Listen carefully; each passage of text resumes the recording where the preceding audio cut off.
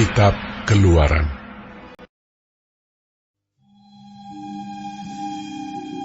Adapun Musa, ia biasa menggembalakan kambing domba Yitro, mertuanya, imam di Midian. Sekali, ketika ia menggiring kambing domba itu ke seberang padang gurun, sampailah ia ke gunung Allah, yakni gunung Horeb. Lalu malaikat Tuhan menampakkan diri kepadanya di dalam nyala api yang keluar dari semak duri. Lalu ia melihat, dan tampaklah semak duri itu menyala, tetapi tidak dimakan api. Musa berkata, "Baiklah aku menyimpang ke sana untuk memeriksa penglihatan yang hebat itu. Mengapakah tidak terbakar semak duri itu?" Ketika dilihat Tuhan bahwa Musa menyimpang untuk memeriksanya, berserulah Allah dari tengah-tengah semak duri itu kepadanya, "Musa, Musa." Dan ia menjawab, "Ya, Allah." Lalu ia berfirman, "Janganlah datang dekat-dekat. Tanggalkanlah kasutmu dari kakimu, sebab tempat di mana engkau berdiri itu adalah tanah yang kudus." Lagi ia berfirman, "Akulah Allah ayahmu, Allah Abraham, Allah Ishak, dan Allah Yakub." Lalu Musa menutupi mukanya, sebab ia takut memandang Allah. Dan Tuhan berfirman, "Aku telah memperhatikan dengan sungguh kesengsaraan umatku di tanah Mesir. Dan aku telah mendengar seruan mereka yang disebabkan oleh pengerah-pengerah mereka. Ya, aku mengetahui penderitaan mereka.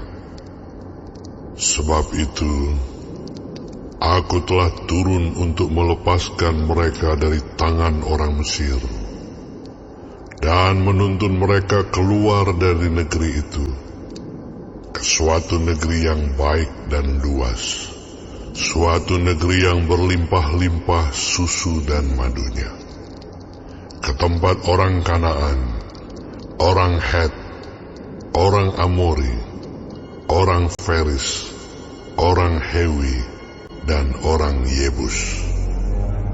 Sekarang seruan orang Israel telah sampai kepadaku.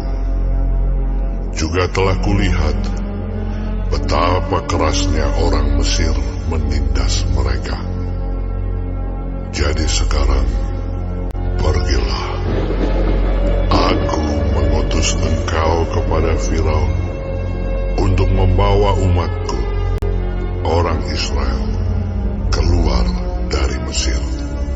Tetapi Musa berkata kepada Allah, "Siapakah aku ini? Maka aku yang akan menghadap Firaun dan membawa orang Israel keluar dari Mesir."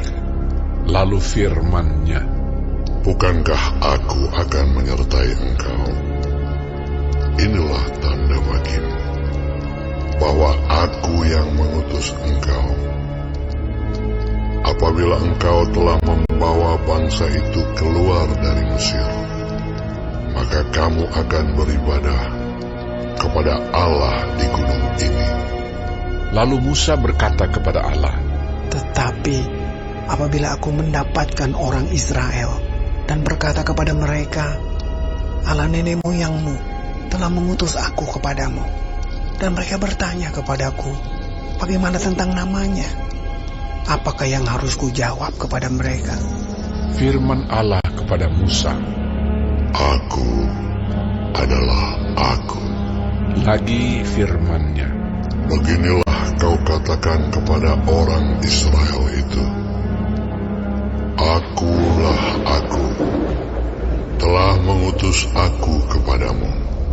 Selanjutnya berfirmanlah Allah kepada Musa, Beginilah kau katakan kepada orang Israel, Tuhan, Allah nenek moyangmu, Allah Abraham, Allah Ishak dan Allah Yakub, telah mengutus aku kepadamu.